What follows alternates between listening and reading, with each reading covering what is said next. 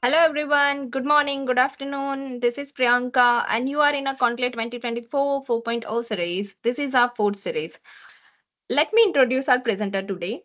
So we have an education consultant, Miss Cindy Liu. Her expertise to guide students through the admission process. We have three MARA agents today. Mr. Harshit Tailor, a registered migration agent for past 3 years and with 7 years of experience. We have another migration agent, Mr. Daksh Patel. He experienced Australian migration expert from OSIS Group with over 6 years of expertise. We have another migration agent, Mr. Aditya Sharma, is a registered migration agent at OSIS Group Brisbane office. So guys, the session is about to take off. Relax, enjoy the session. You are in a good hands. Let's get started. So Miss Cindy Liu, can you please take over the session, please? Hi. Hi, everyone. Today we were talking about automotive course. So the automotive industry is a critical sector that combines engineering, design, and technology to create a vehicle that is essential to modern life. It is aimed to increase students with knowledge and skill needed to pursue the career into the automotive industry. So there are three courses that lead to automotive industry in Korea. So first is the Certificate 3 in Automotive Electrical Technology. It is to diagnose electrical problems as well as the latest tools for troubleshooting and to diagnose electrical problems. So the second course is Certificate 3 in Heavy Vehicle and Mechanical. It should train you to work in the heavy vehicle industry. That's another course called Certificate 3 in Light Vehicle, Cert 4 and leading to Diploma of Automotive Technology and Mechanic Diagnosis. So this program is to perform a broad range of tasks and variety of light vehicles, and you can work in all the automotive retails. These courses generally will be around 2 years.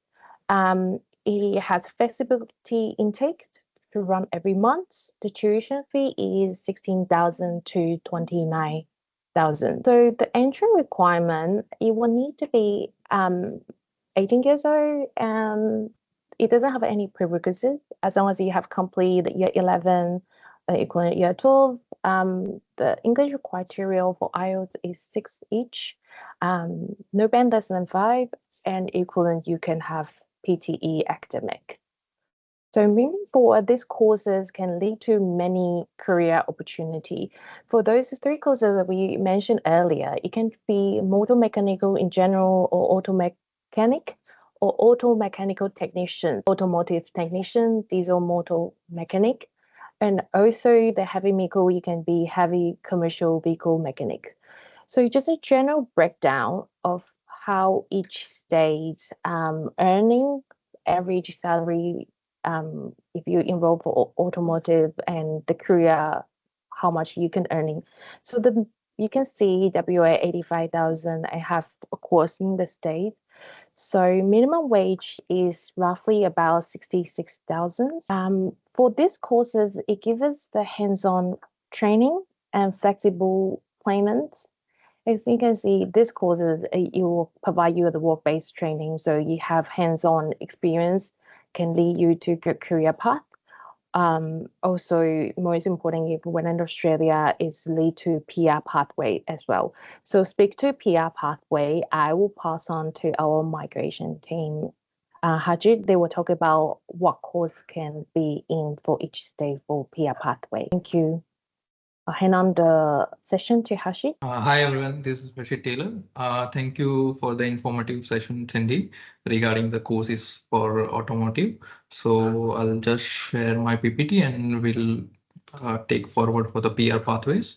Yeah, so as we discuss the courses for the automotive occupations, now we'll go for the PR pathways. So we'll first going to the PR pathways, we'll know which are the courses, which are the occupations which you can go for after studying the courses you just Cindy mentioned.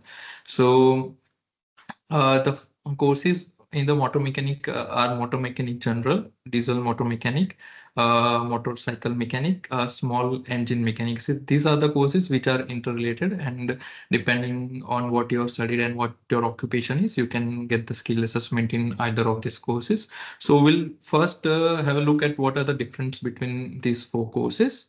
So diesel motor mechanic. So basically, as the name says, okay, it's diesel motor mechanic. So if someone has studied something related that they are repairing trucks, buses, or any other heavy vehicle, so they are working on heavy vehicles as a mechanic, then they will fall under this category, which is a diesel motor mechanic.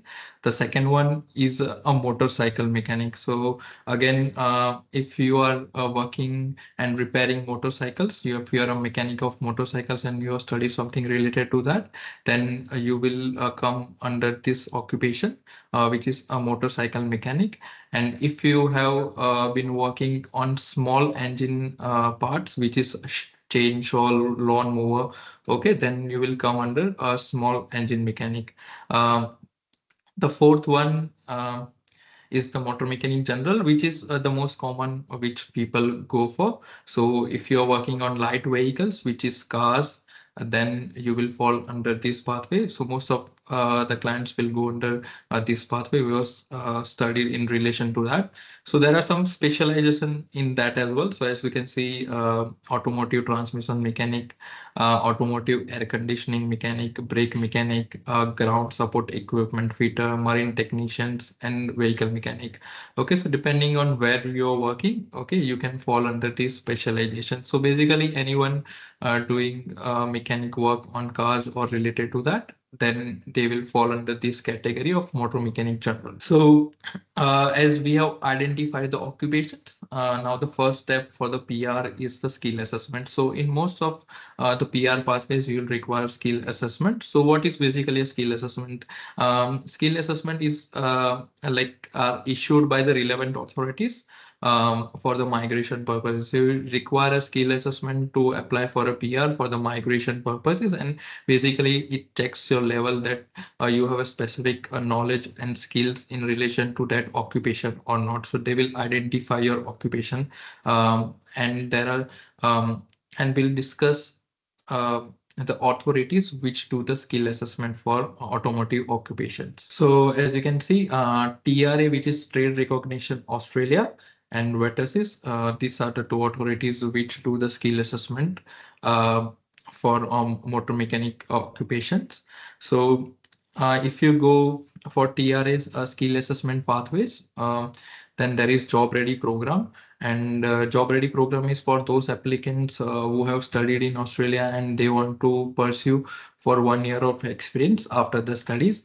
And if someone has got previously any experience, they will go under the separate pathway, which is previous relevant qualifications and or work experience pathway. So first we'll discuss the Job Ready program, which is the most common program. If someone has came from overseas and studied here in Australia, then they will generally go for this pathway. So Job Ready program has got 4 steps. So first is the provisional skill assessment. So provisional skill assessment basically requires your qualification. So if you have completed the desired qualification in motor mechanic, then you will be eligible to apply for the provisional skill assessment. And this provisional skill assessment is also a requirement for 485 visa. So after you finish your studies, you will apply a 485 visa, which is post-study graduate workstream visa. So provisional skill assessment is a mandatory requirement for that as well. So once you have got provisional skill assessment, you can start your Job Ready program, which basically start from step 2, Job Ready employment. So as the name says, that you require an employment in your nominated occupation to start the Job Ready program. And if you have got 1 year of experience and 1725 hours, then you will complete your Job Ready program. So how the Job Ready employment starts? So you have to register your employer where you're working, and you need to provide some documents like employment verification form. And once you provide the documents to TRA, they will register your employer and they will verify your employer that it is eligible to start the Job Ready employment. Once you finish some hours, which is 6 months to 8 months and 863 hours with the same employer, then you will reach to the third step, which is job ready workplace assessment. So they will, assessor will come at your workplace and they will take a test of you. Okay, they will check that you have a necessary knowledge or not in your nominated field. And once they clear you, you will reach to a job ready final assessment. So job ready final assessment stage comes in where you finish 1725 hours, which is the requirement of job ready program. It can be within 12 months or it can be within 3 years as well. So as per the new requirement, you can finish the job ready program within 3 years. So depending on your work rates and everything. Okay, if you are working full time, then I'll suggest that you finish within 12 months, 12 to 13 months. So you can get your skill assessment very quickly. So once you finish those hours, you'll get a job ready final skill assessment of which is the skill assessment which we just discussed before. And there is one tip as well that you can start your job ready program on a student visa as well. Let's say someone is doing certificate 3 and diploma in automotive.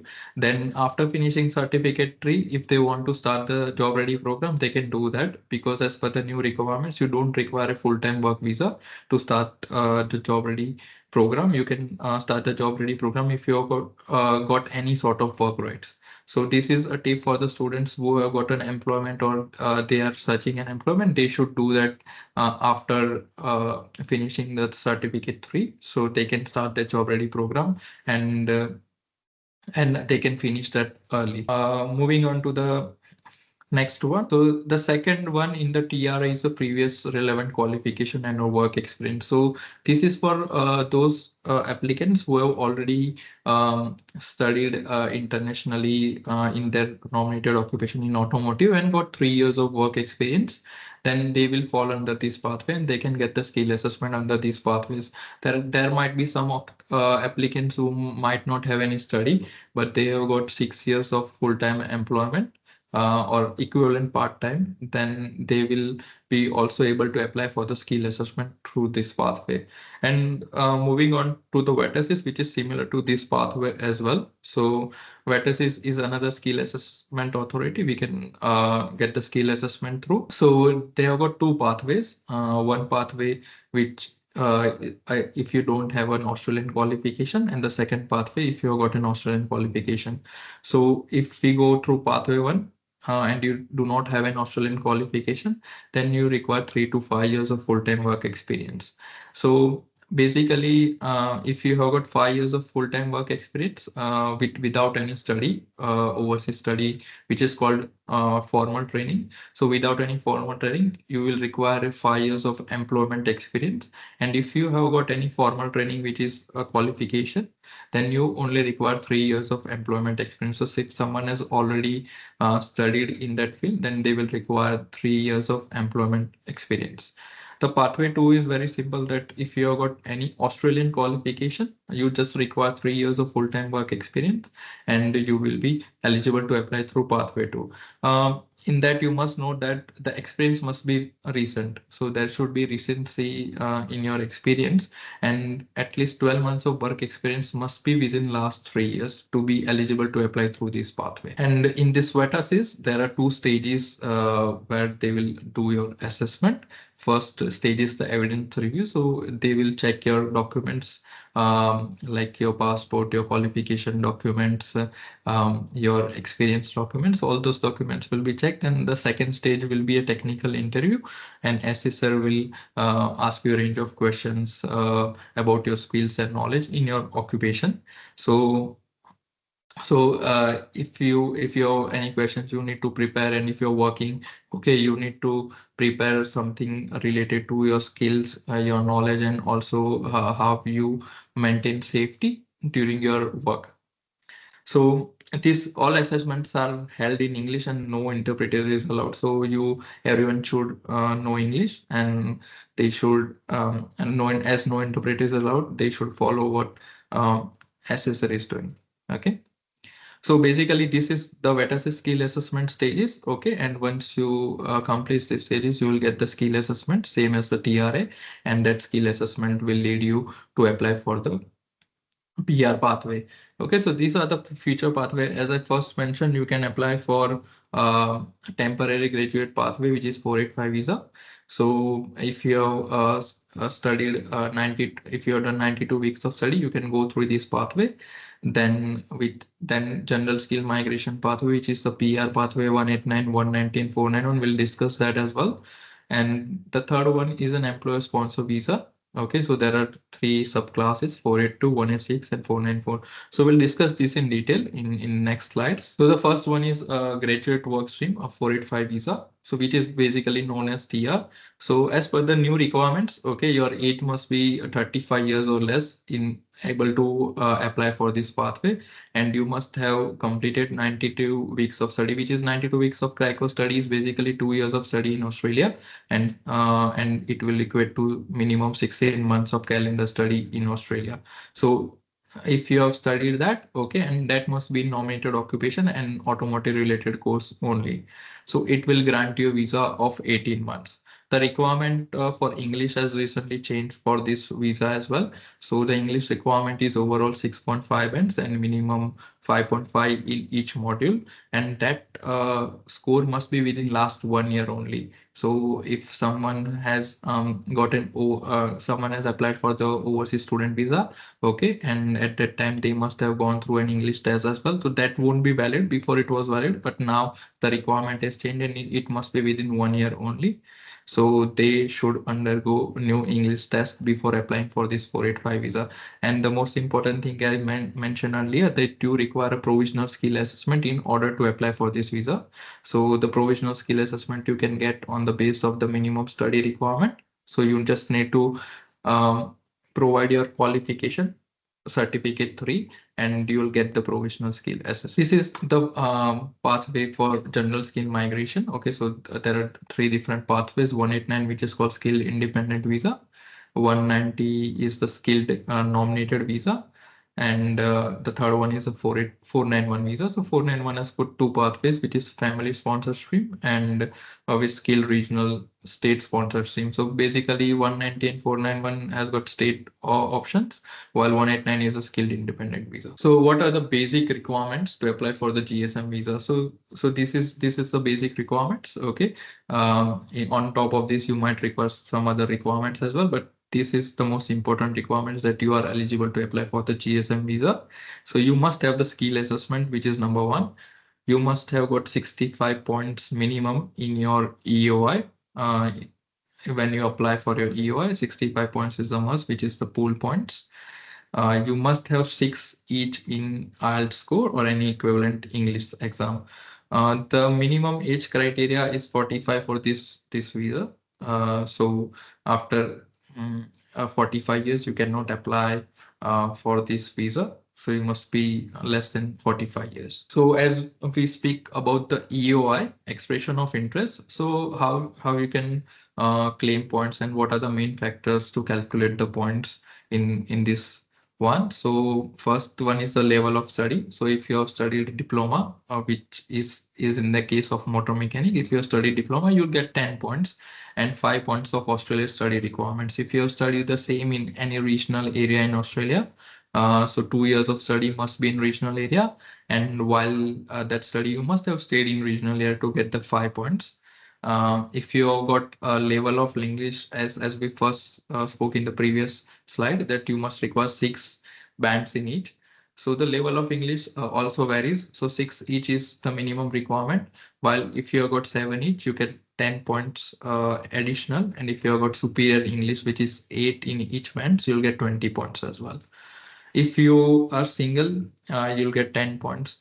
If you are married and if your partner has got English that which is 6 each, you can get 5 points. But if they have got a skill assessment as well along with the English test, you'll get 10 points, same as someone who is single. Work experience is the most important thing. So let's say if you have done 1 year of job ready program, you'll get 5 points. Okay, so 1 year of experience in Australia will provide you 5 points. It goes to 3 years, you'll get 10 points. 5 years, you'll get 15 points. So more the experience, more the points. NATI and CCL, you'll get 5 points. So currently we have gotten update. So maybe in next coming years, there might be update that NATI is going to be removed, but wait for the updates. And then you guys can take a step that if you want to go with the NATI or not. So wait for the new updates. They are going to reform this points calculator, and there might be some changes in these points as well. So waiting for the new financial year to get the updates. So if we have a look at 189, so 189 is a skill independent visa, as I said. And it will directly lead you to permanent residency. Basically it's a point-based ranking system. The higher the points, higher the cutoff, and you meet the cutoff of that points, you will get the invitation in your nominated occupation. So for motor mechanic, the current point system for 189 is 95 points.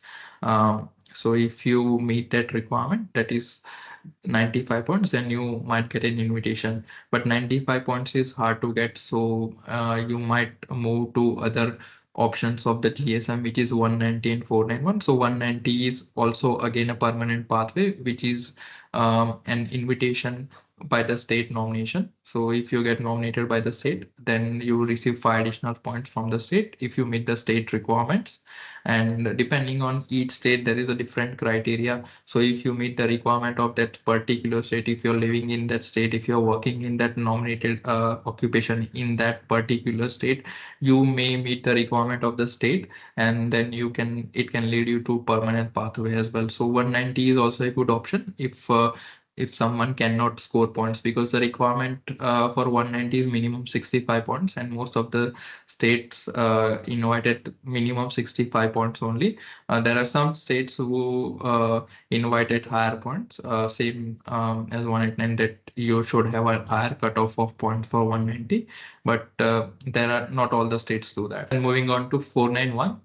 So 491, as we discussed, that there are 2 options in that. So one is family stream and second is a state nominated stream. So in family stream, again, your occupation must be in MLT SSL list, which motor mechanic is. So you are eligible to apply for a family stream. So the requirement for this stream is that your family must be in regional, living in regional area to be eligible to give you 15 points for this one.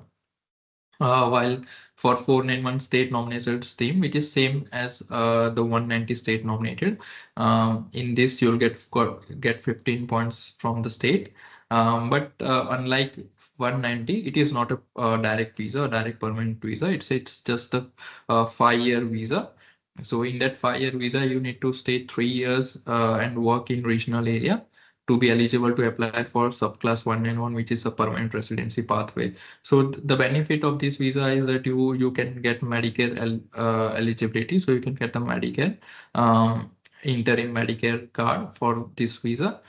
So you don't need to buy additional health insurance for the 3 years of period.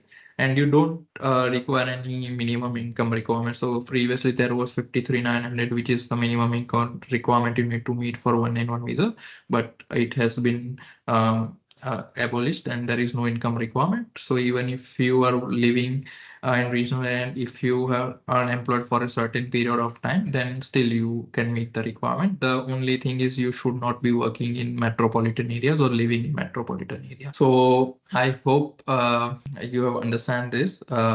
Moving on, let's see if we have got any questions. We can take questions as well. Just time. Do you have any questions? Harshit, I have been, sorry to interrupt, but I have been answering quite a few. This is the one I've reached at. I think someone's asking, is motor mechanic a skill level eligible to consider as a skilled partner, or does it have to be skill level 1 or 2 occupation? If you want to answer Yeah, do you that. want to answer that, Daksh? Yeah, okay. See, I've seen claiming partner points in terms of skills assessment, couple of questions there, but it's not something to do with the skill level. Madhu, your question, and someone else asked as well that whether partner just studied the certificate 3 and can we claim the points. So firstly, no, by just studying, partner studied that course, you cannot claim the skill partner points. He needs to complete the job ready program and get a skills assessment. And secondly, claiming the points, Madhu, has nothing to do with whether the occupation is under skill level 1 or 2. It depends on the which list occupation is in. So let's say if you are applying for 189 UI, which means you obviously have an occupation which is in medium to long term skill select occupation list. So if you want to have partners points for the skilled partner, their occupation has to be in MLT as well. So to give you an example, yes, motor mechanic is on MLT occupation list, which means you would get 5 points of your partner if you are applying 189. And for 190, same thing, your partner's occupation needs to be either in MLT or ST for you to claim the points. So hope this answers your question. And yeah, Harshit, we can move forward. I think if you want to cover the Victoria State requirement, because I've seen a couple of questions there as well. Victoria State nomination requirement, what was there in last financial year, which means the financial year just closed? Yeah, definitely. I'll go ahead. So yeah, so this is like we get most questions regarding the Victoria states. So for Victoria state, there are two options, 190 and 491. So the requirement that you must be living and working in Victoria if you want to apply for both these options. So we'll first discuss 190. So if you are applying for 190, you must be living anywhere in Victoria, metropolitan or regional area, and you are eligible to apply for 190. So living requirement is met. And for the employment, if you are claiming any earning, so there is a requirement that you must put that how much you are earning in your occupation right now. Okay, it can be any occupation. Okay, but it must be in skill level 1 to 3. So if you are claiming your earning requirements, then it must be in skill level 1 to 3, or you cannot claim any requirements of earning. So if you are working in skill level 1 to 3, then you must claim your employment requirement. Okay, and you will be eligible to apply for 190 as well. So basically, there are factors which are affecting 190. So if you are lodging an ROI for registration of interest for Victoria. So ROI is something which Victoria has introduced like a few years ago. So you have to lodge along with your EOI a specific ROI as well for Victoria. And there are factors affecting the chances of invitations for the ROI as well, that if you have got higher points in 190, if you have got higher earning in skill level 1, 2 or 3, if you have claimed an employment points in your nominated occupation. So someone has got 3 years of experience in their nominated occupation and claimed 10 points. Okay, then they might have a higher chance to get an outcome positive for the ROI.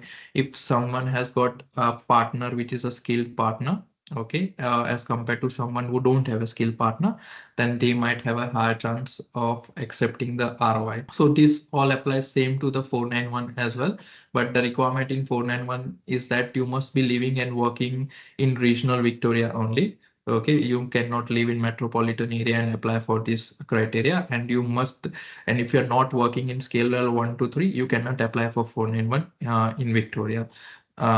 And for offshore applicants, there is no such requirement. So if you have got higher points, you can directly apply in EOI and ROI from offshore as well. So 190 is always difficult and competitive.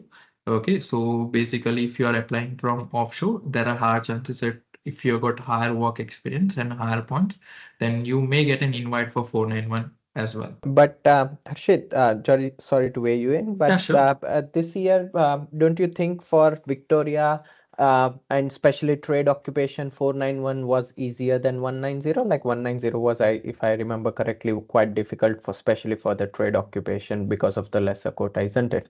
Yeah. So 190, as I said, always competitive. Okay, and for trade occupation, there were not much invites because of the less number of seats this financial year.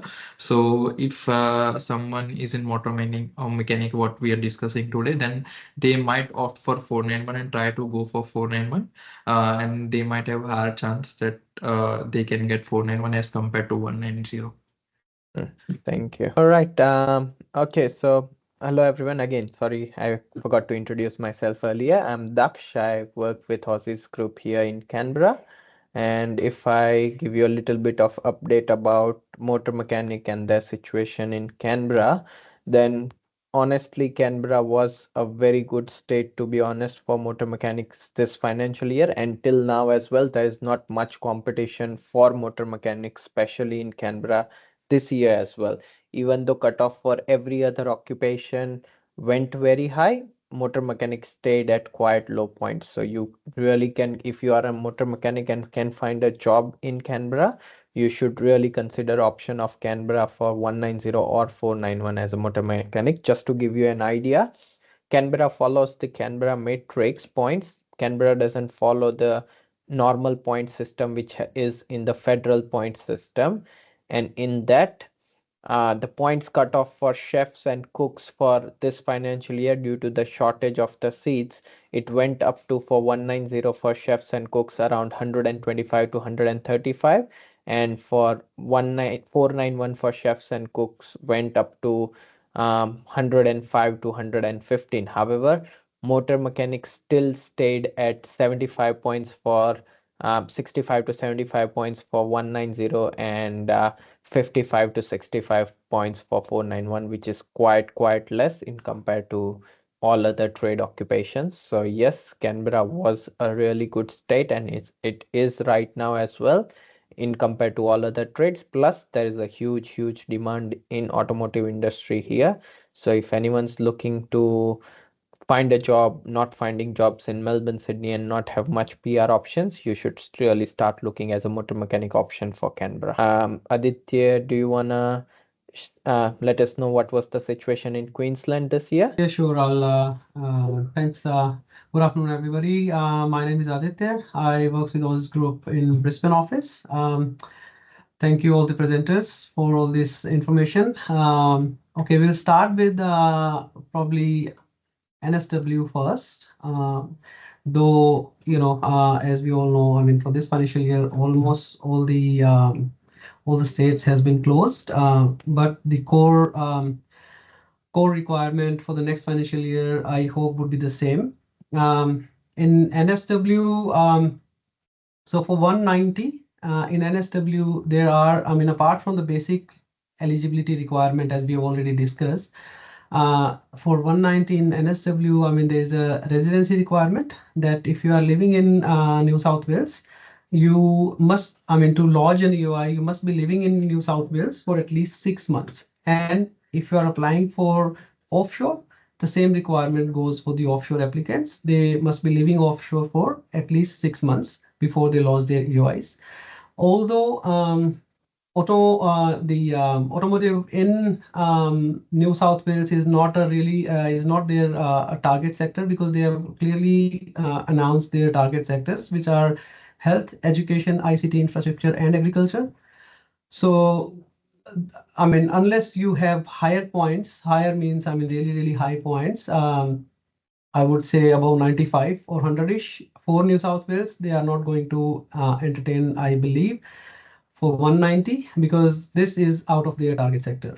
For 491, however, they have two pathways. Pathway 1, so if you are basically living and working in regional area in New South Wales for 6 months, and working, when we say working with a single regional based employer in New South Wales, and basically earning at the minimum of dismit level, which is 70,000 for current financial year. Moving forward, it would be again 73,150. And the minimum hours of your work should be 30. So this is the pathway 1. If you meet all these requirements, you can apply through pathway 1, and the chances are a little higher in pathway 1. However, for pathway 2, if you are not really working there, but you are living there, and you have higher points, or in the one of their target sector, the chances of invitations are really good for New South Wales. And let's say moving forward for Queensland, where actually I am based. So for Queensland, as Daksh mentioned, that Queensland also has their set of point criteria. So for trade, as of automotive, for trade, the minimum point should be 70 for 190, inclusive of 5 points of state. So if you have 70 points, including the state points, you can lodge your UI. Though, again, I mean, apart from the basic eligibility requirement, you should be working full time 3 months prior to lodge your EOI of minimum of 30 hours per week. So at the time of lodgement, it should be 3 months of employment. You have you should have the evidence of 3 months of employment. And apart from that, you also have to have a 12 months of contract at the time of lodgement of your EOI. And again, I mean, you as per all the state requirements, you should also be sorry, somebody asking for the control. Sorry, yeah. So yeah, 2 years of commitment. You need to sign a 2 years of commitment for that. And when we say 2 years of commitment, I mean you are committing to Queensland that you are you'll be living for 2 years in Queensland after getting your visa. For 491, we have a lesser point requirement, which is 65, which is the minimum point requirement in the matrix anyway. And again, for getting an invitation in regional Queensland for 491, you also need to be working minimum 30 hours per week, which means, I mean, if you are on a student visa, anyhow, you are not eligible to apply for any of those EOIs because the minimum work requirement of 30 hours and you get only 24 hours on student visa. So you have to be on any other visa than student visa, basically. And again, the previous employment is not really necessary, but you have to have a ongoing employment for at least 6 months in regional Queensland. And yeah, that's pretty much it for Queensland.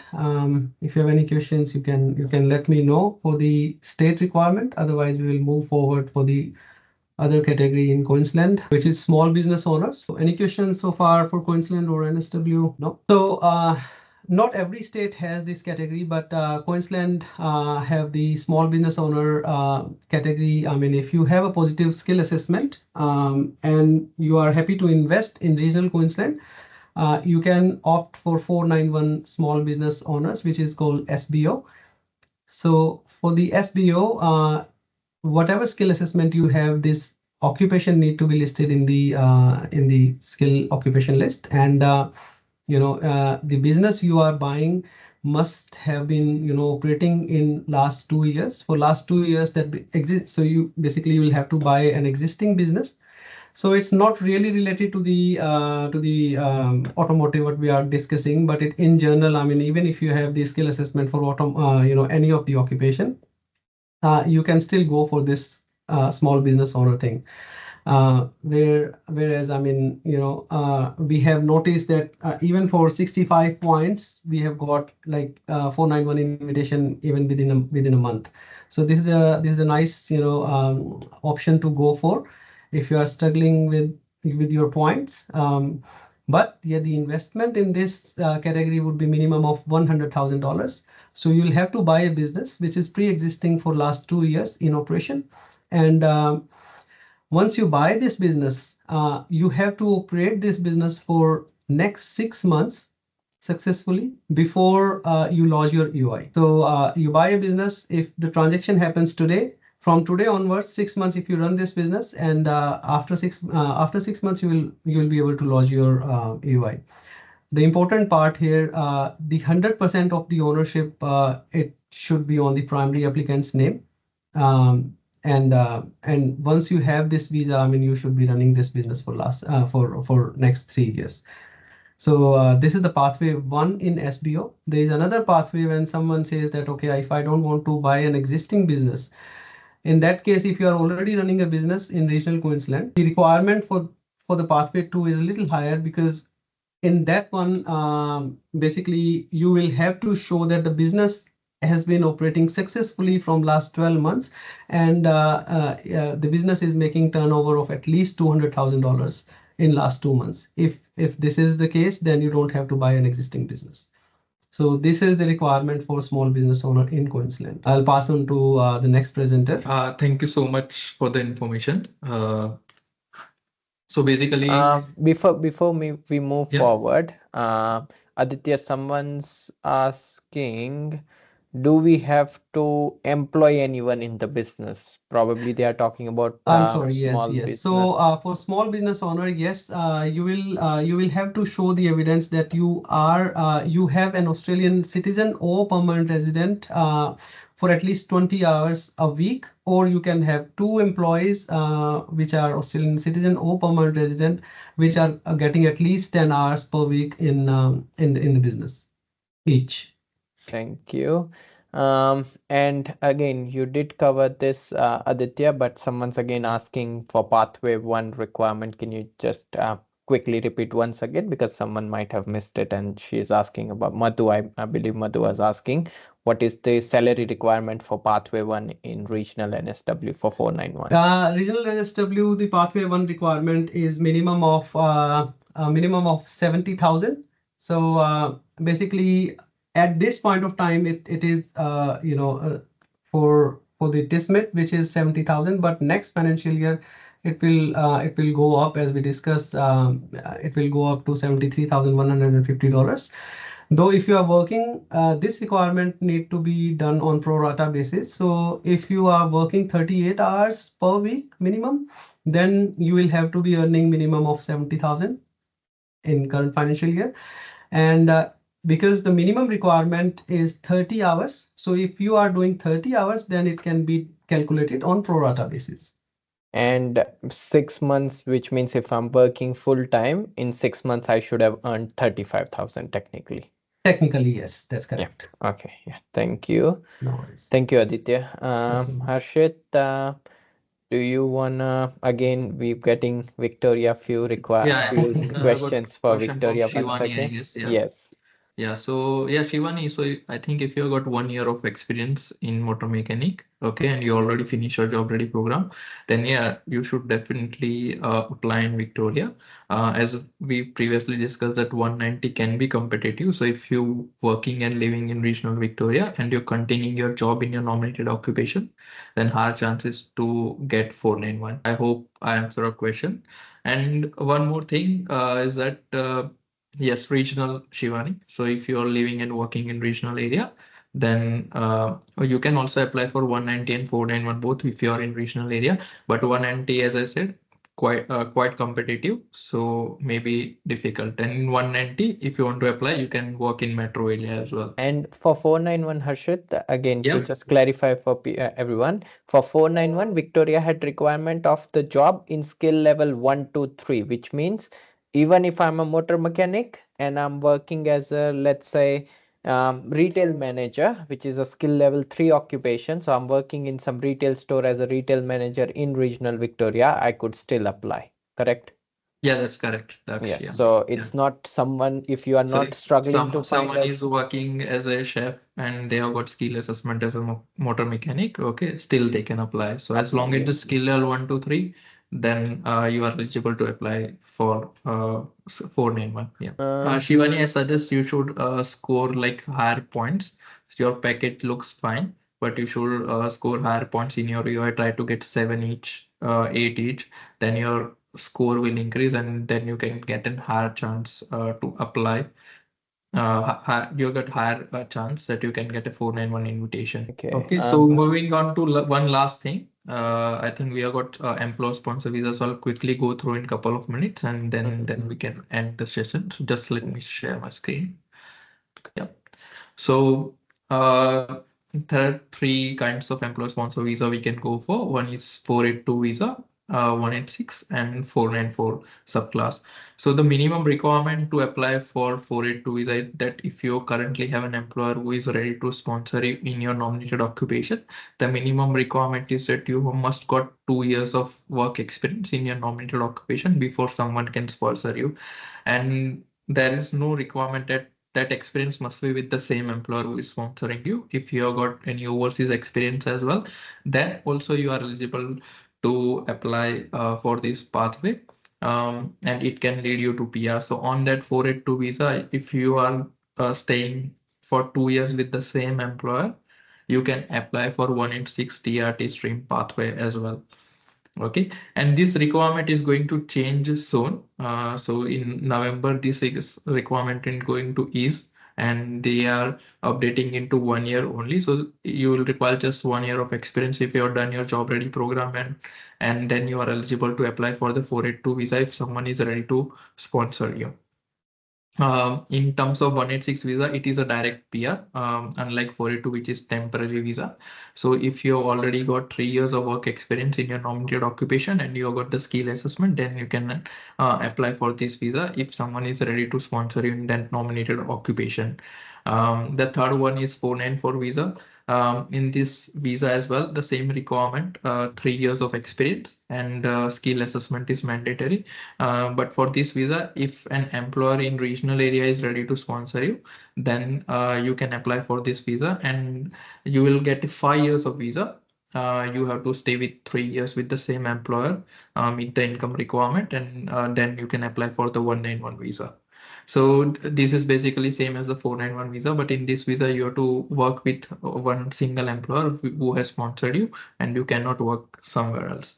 So this is also a good option. So as per the new requirements, so most of the applicants have done job ready program. They might be eligible for the 482 visa after November 2024. So keep an eye on the new updates. Okay, and you can always reach out to any of our office. Okay, whichever is nearby. So yeah, this session is concluded. All done. Thanks everyone for the input. It was a really good session. Thank you, Daksh. Thank you, Aditya. Thank you, Thank Cindy. you, everyone. Thanks, Harshit. Thank you. Thank you. Bye-bye, everyone.